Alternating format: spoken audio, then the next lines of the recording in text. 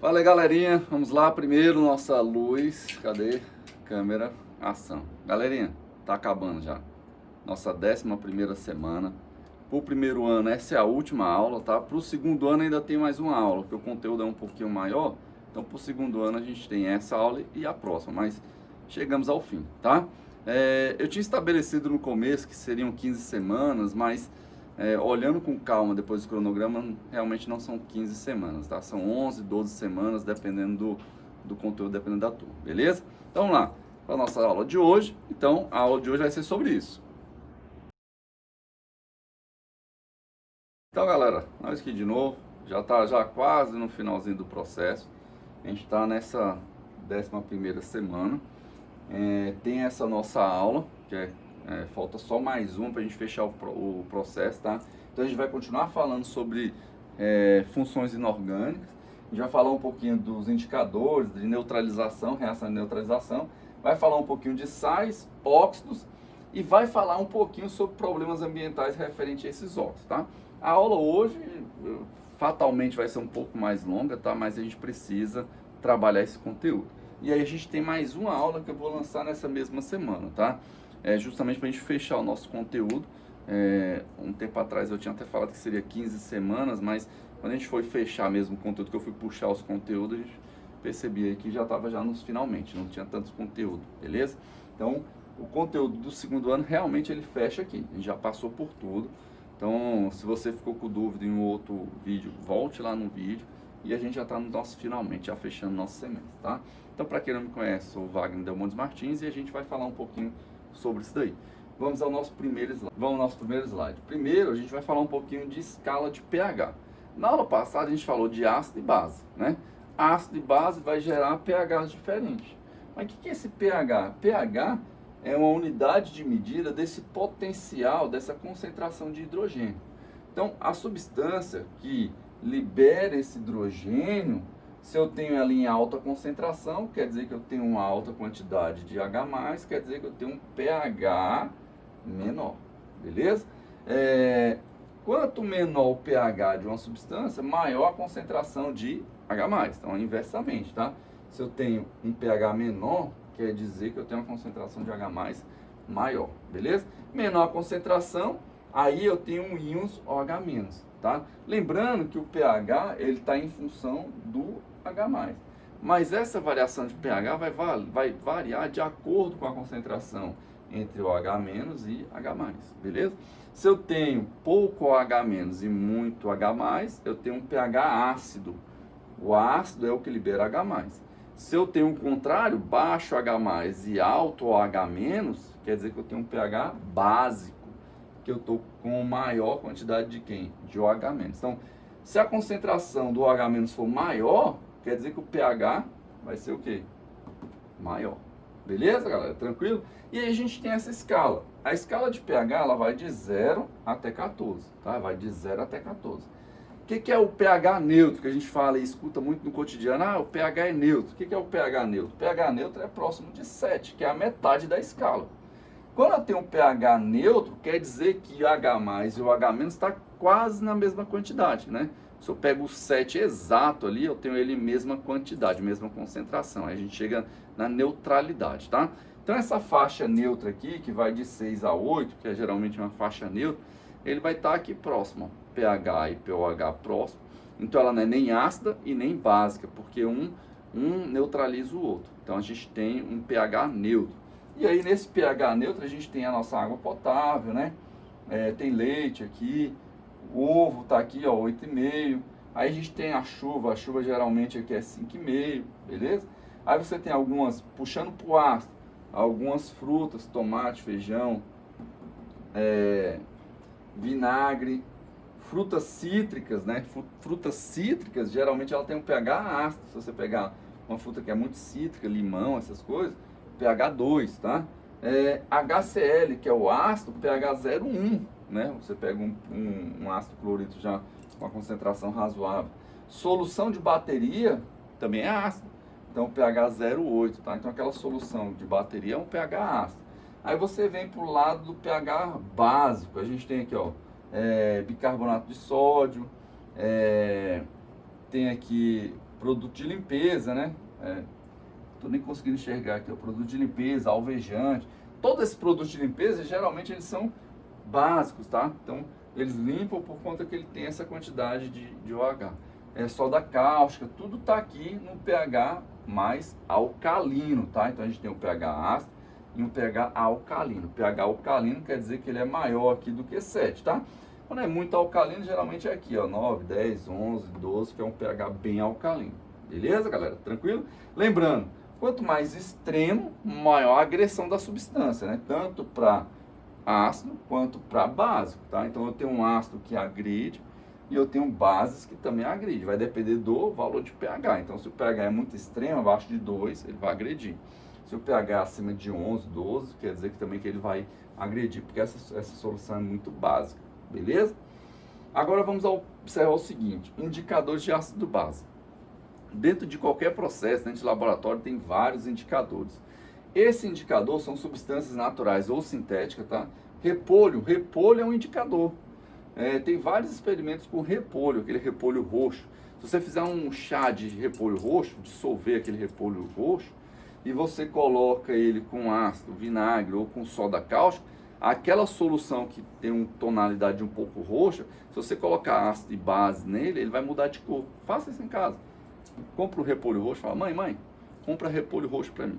Você vai pegar uns 3 folhas de repolho roxo, vai macerar ela, amassar ela, vai colocar um pouquinho de água nela, um pouquinho de álcool só para extrair essa substância, tá? Um pouquinho de álcool só.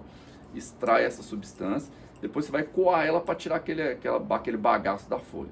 Aí fica só a solução bem colorida, bem forte, intensa. Aí nessa solução você coloca um pouquinho no ácido, coloca um pouquinho no base, tá? Aí o ácido você vai usar lá vinagre. Vinagre é ácido. Coloca um pouquinho de vinagre ali e pinga a gotinha lá. Pinga alguns ml dessa solução do repolho roxo. Vai gerar uma cor. Quando você coloca isso na soda cáustica, se você tiver em casa, ou algum produto de limpeza que o pH é mais alcalino, ele vai mudar de cor também. Beleza? E aí você consegue perceber. Então, o indicador, ele vai mudar de cor em função do pH. O repolho roxo ele vai ter uma cor no ácido e vai ter uma cor diferente na base. Se você olhar, a gente tem vários indicadores. Eu tenho um monte de indicador aqui, cada um com nome, tá vendo? Fenolftalina, que é bem conhecida e bem cobrada em prova, tá? Ela muda de cor para incolor para esse rosa, tá? Para esse rosa. Tem outros que tem uma tonalidade de azul, tá vendo? Ele muda, esse timol fenolftalina, ele muda de incolor para azul. Esse já muda de amarelo para violeta. Eu tenho vários que mudam de vermelho para amarelo, vermelho para amarelo alaranjado, amarelo para azul. Então cada substância vai se comportar diferente de acordo com o pH. E ela vai ter pontos de viragem diferentes. O que é o ponto de viragem? É o ponto onde ela troca de cor. Então, se você pegar esse primeiro aqui, ó, que é o amarelo, de alizarina, alizarima, ele tem uma faixa de mudança aqui, ó. Em pH abaixo de 10, ele vai ficar aqui com amarelo. Porque ele vai mudar aqui, ó, entre 10 e 12. Então, entre 10 e 12 é a passagem de cor. Então, 10 até mais ou menos 10,5, ele vai estar amarelo, passando por verde. Aí, quando der aqui 11, ele já começa a ficar azul.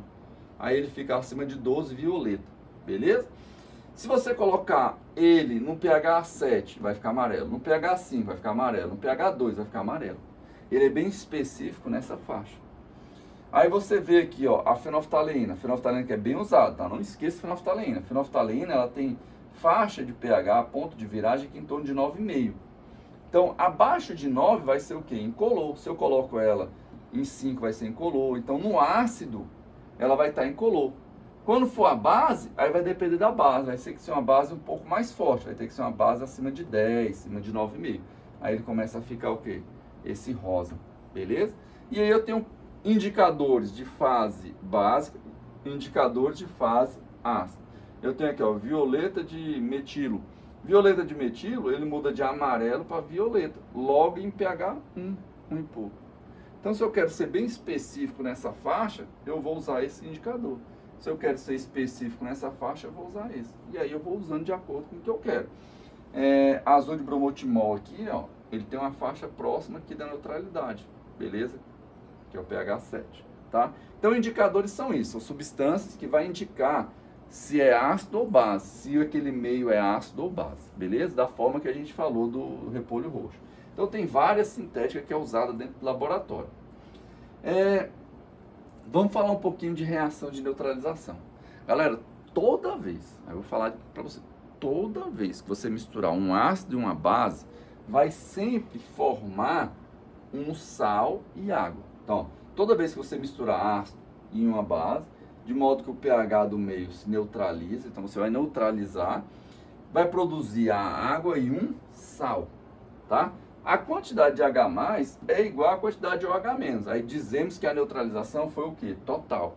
Então, se eu pego uma substância que gera H+, que é o ácido, uma substância que gera OH-, que é a base. Se eu misturo as duas em proporções iguais, quer dizer o quê? Que a mesma quantidade de H+ que essa libera de OH-, H+ mais OH- gera o quê? Água. Por isso que toda reação de neutralização forma água, que é o OH- com um H, dá o H2O, que é a água, e o sal, que é o contraínho dos dois, beleza? E aí a gente diz que foi neutralização total se isso aconteceu por completo de forma equivalente, com a mesma quantidade. Caso contrário, a gente vai chamar de neutralização parcial. Vamos dar uns exemplos aí para você perceber isso daí, ó. Se eu pego, ó, reação de neutralização total, eu pego a mais clássica. Qual é a mais clássica?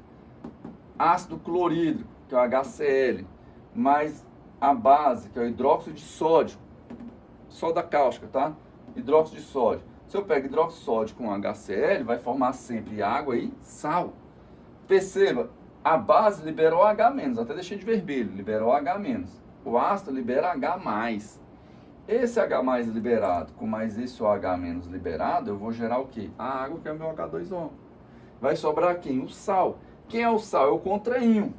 Cloro mais sódio. Formou quem? Cloreto de sódio, que é o meu sal, que é o sal de cozinha.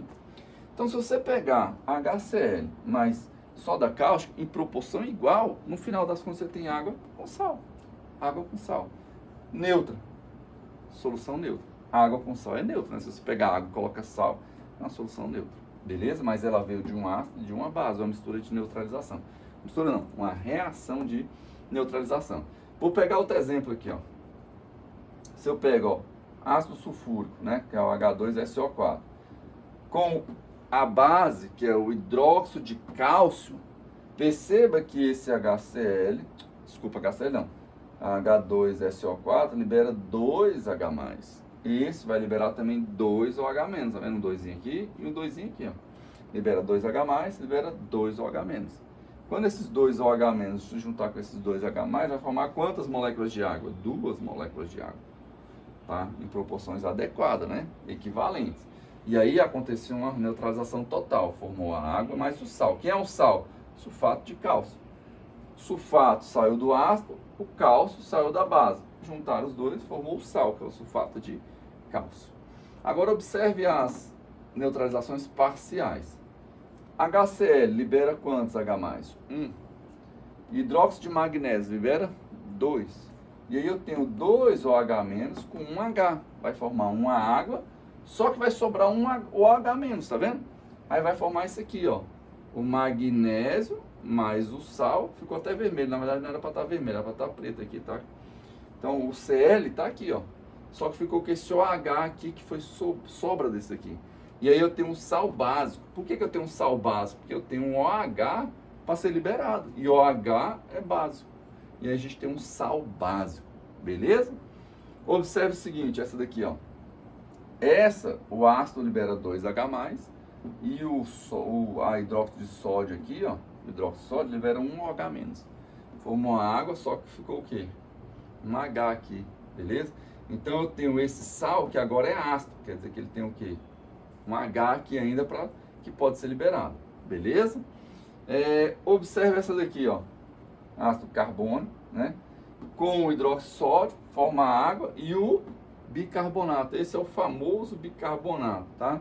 Bicarbonato de sódio, beleza? Bicarbonato de sódio é isso. É um sal ácido, quer dizer que ele ainda tem um H+ para ser liberado. Esse H+ aqui que veio do ácido, beleza? Então, esse ácido libera um H+, fica com 1, E aí ele junta com o contraíon, que é o sódio. E aí vira o bicarbonato de sódio. Bem conhecido, é um dos sais mais conhecidos, bicarbonato de sódio. Beleza? Então, observe a forma molecular dele. Bicarbonato de sódio é esse daqui. Agora, vamos falar um pouquinho desses sais, que são o que é formado a partir dessa neutralização. São compostos do quê? Iônicos, tá? Lembre-se disso. Sais são compostos iônicos. O ácido e a base são compostos moleculares e vai gerar um íon. Os íons, que é o sais. Em solução aquosa, dissolve-se liberando o quê? Cátion diferente de H+, e ânion diferente de OH-. Então, o que é um sal? Sal são compostos iônicos, onde o cátion tem que ser diferente de H+, e o ânion tem que ser diferente de OH-. Porque se o cátion for H+, é um ácido. Se o ânion for H-, ele é o quê? Uma base. Então, se for diferente de H+, e diferente de OH-, a gente chama isso de sal, beleza? Então, são os sais, tá? O grupo dos sais. Vou colocar uma imagem aí do sal de cozinha aí. Agora vamos ver o que significa essa dissociação que foi falada no slide anterior.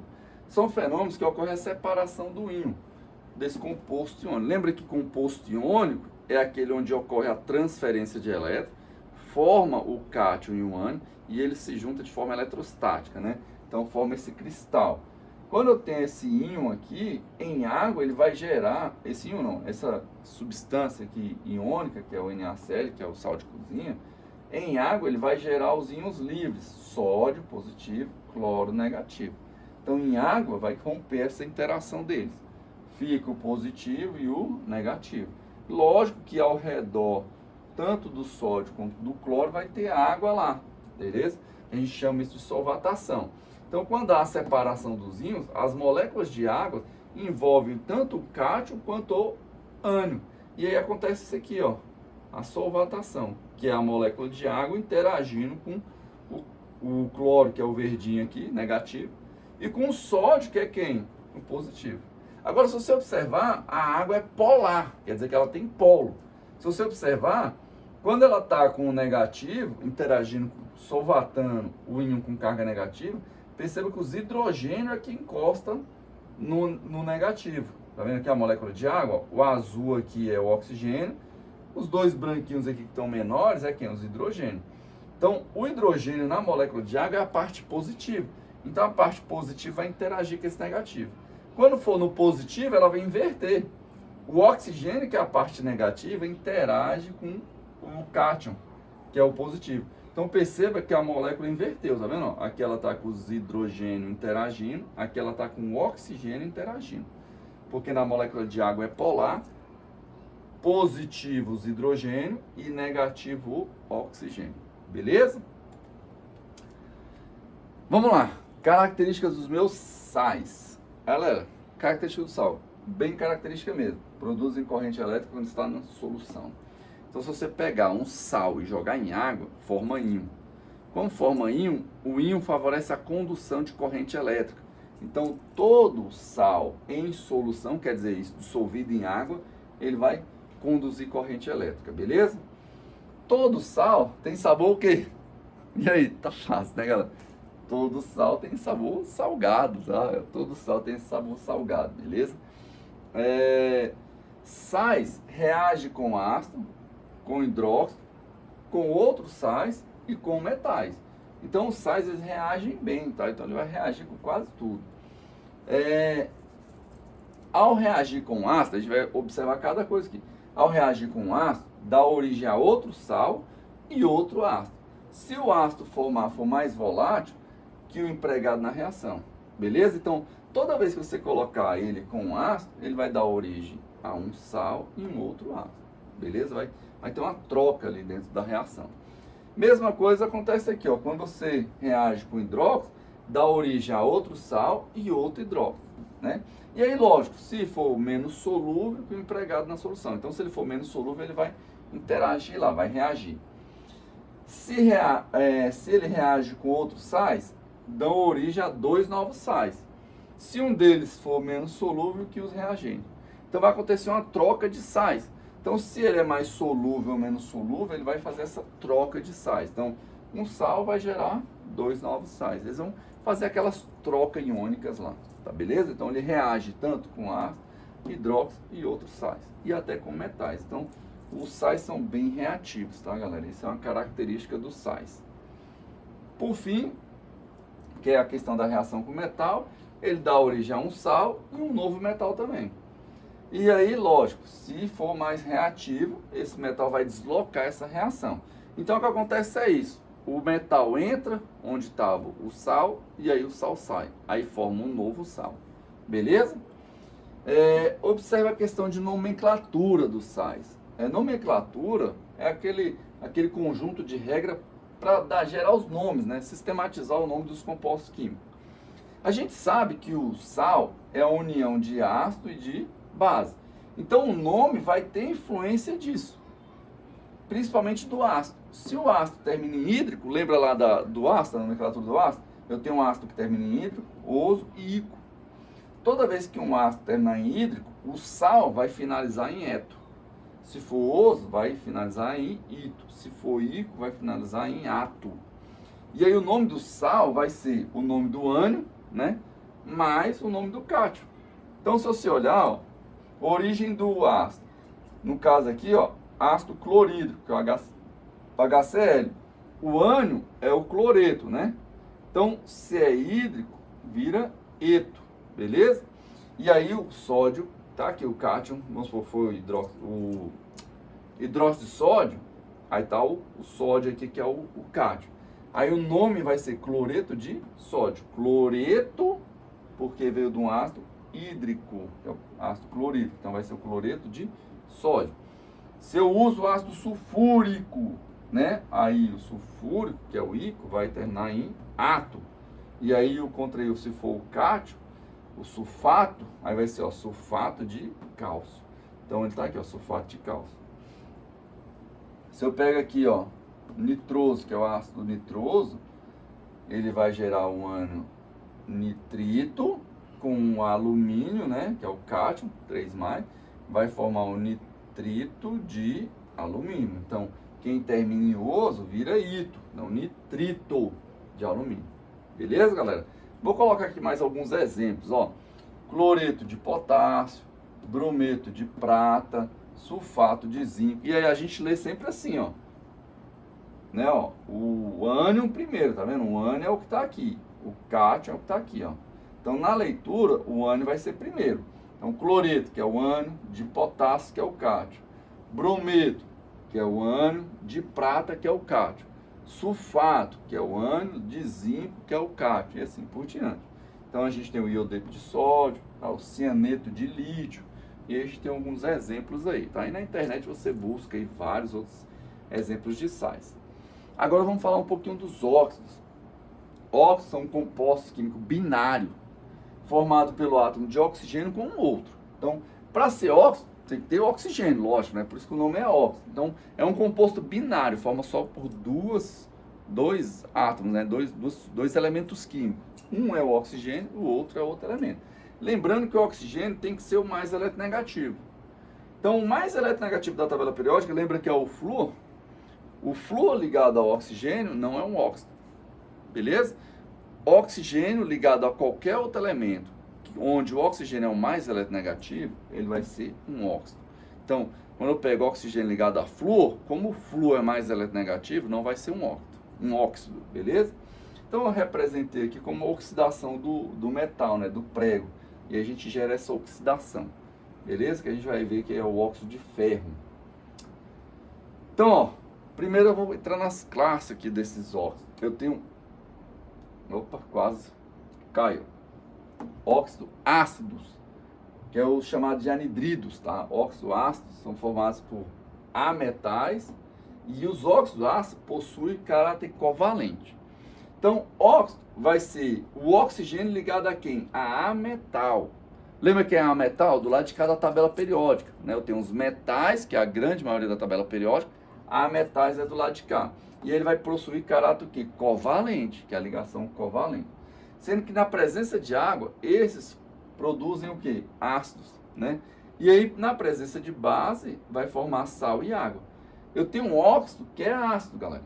Se esse óxido é ácido, quando eu vou misturar ele com a gás, com a base, vai gerar sal e água.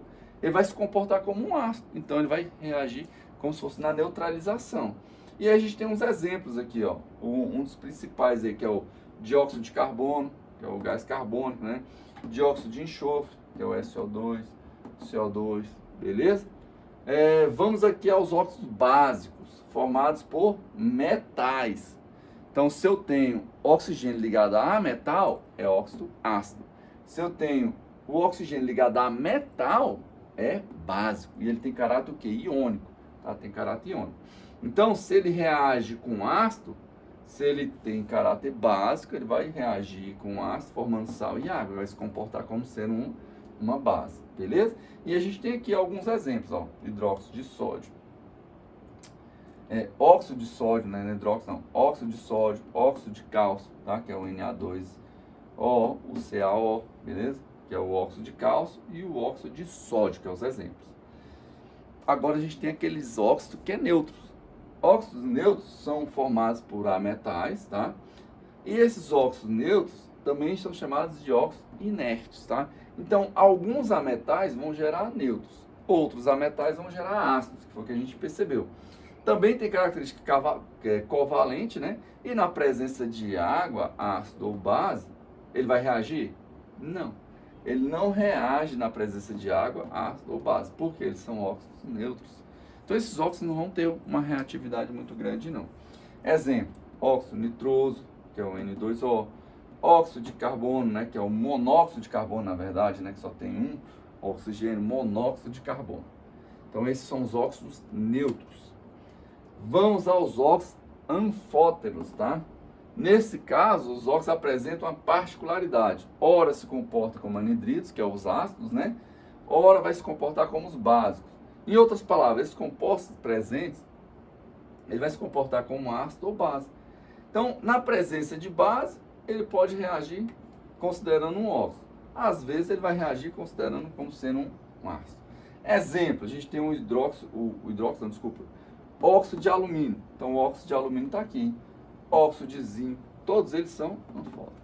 Quer dizer que ele tem comportamento tanto ácido quanto básico. Tá? Então, quando você ficar sabendo sobre o que é esse óxido anfótero, é esse que tem dois comportamentos, tanto básico quanto ácido. Beleza? Vamos falar um pouquinho do misto. O misto é aquele que é formado por dois óxidos, tá? Uma dupla. Tá? São derivados de combinação de dois óxidos. Exemplo. Esse óxido de ferro, que é o tetraóxido de triferro, ou conhecido como pedra ímã, porque ele tem magnetismo, né? ele interage com o ímã, ele é formado pelo esse óxido de ferro 2 com esse óxido aqui, beleza? Então, se você juntar FeO com F2O3, ele vai formar esse óxido, que é o Fe3O4, beleza? Mesma coisa do óxido de chumbo. Dois óxidos de chumbo se juntam com outro óxido de chumbo, só que com dois oxigênios, e aí ele forma esse aí, o tetraóxido de trichumbo. Tetraóxido quer dizer que eu tenho 4 oxigênios, trichumbo quer dizer que eu tenho 3 chumbos envolvidos nesse processo. E aí eu tenho aqui até a estrutura dele, ó. Do primeiro, do ferro, ele gera essa estrutura aí, ó. Eu tenho 3 oxigênios, tá vendo lá? 3 oxigênios e 2 ferros. E aqui eu tenho 1, 2, 3 chumbos e 4 oxigênios formando a estrutura. Beleza? Então essa é a estrutura dos mistos. Então misto, junção de outros óxidos. Lembrando que o óxido é do mesmo metal, tá vendo? Ó, ferro e ferro, chumbo e chumbo, tá? Não vai se confundir. Se eu misturar óxido de chumbo com óxido de ferro, eu não estou mexendo num óxido misto não, tá? Vamos seguir mais um pouquinho aqui, ó. Os peróxidos. Quando eu tenho um peróxido, eu tenho esse grupo aqui, que é o O2. Quer dizer que eu tenho um oxigênio ligado no outro. Então, em maior parte, pelo hidrogênio, metais e alcalinos. Então, eles são formados quando você tem esse grupo, que é o oxigênio ligado ao oxigênio, ligado a hidrogênio, metais alcalinos e metais alcalinos terrosos. Então, ele está ligado lá nos dois primeiros grupos, metais alcalinos e metais alcalinos terrosos. São substâncias compostas por 2 átomos de oxigênio que se ligam entre si. Então, eu tenho 2 oxigênios juntos e a extremidade dos 2 oxigênios vai interagir com outro elemento, metal, hidrogênio. Por isso, possuem a sua fórmula OH2, desculpa, OH não, O2, 2-. Quer dizer que é um oxigênio ligado no outro com os 2 negativos dos 2 oxigênios, que é o que ele vai interagir com esse outro composto, beleza? Você vai perceber aqui agora que eu vou colocar uns exemplos aqui, ó. A gente pega aqui, ó, esse O2, 2 menos, é esse aqui, ó, 2 oxigênio. Se eu tiro o R e tiro o R, fica negativo, negativo. Esse R é o composto que ele vai reagir. Nesse caso aqui, ó, H2O2, que é o nosso peróxido de hidrogênio, que é a nossa água oxigenada, no lugar desse R tem um hidrogênio, no lugar desse outro R tem outro hidrogênio. Então a gente pega a molécula de água oxigenada, que é o O2, desculpa, H2O2, que são 2 hidrogênios e 2 oxigênios. Mesma coisa que esse peróxido de sódio. No lugar dos hidrogênios, no lugar desses R, vai entrar o que? Sódio, beleza?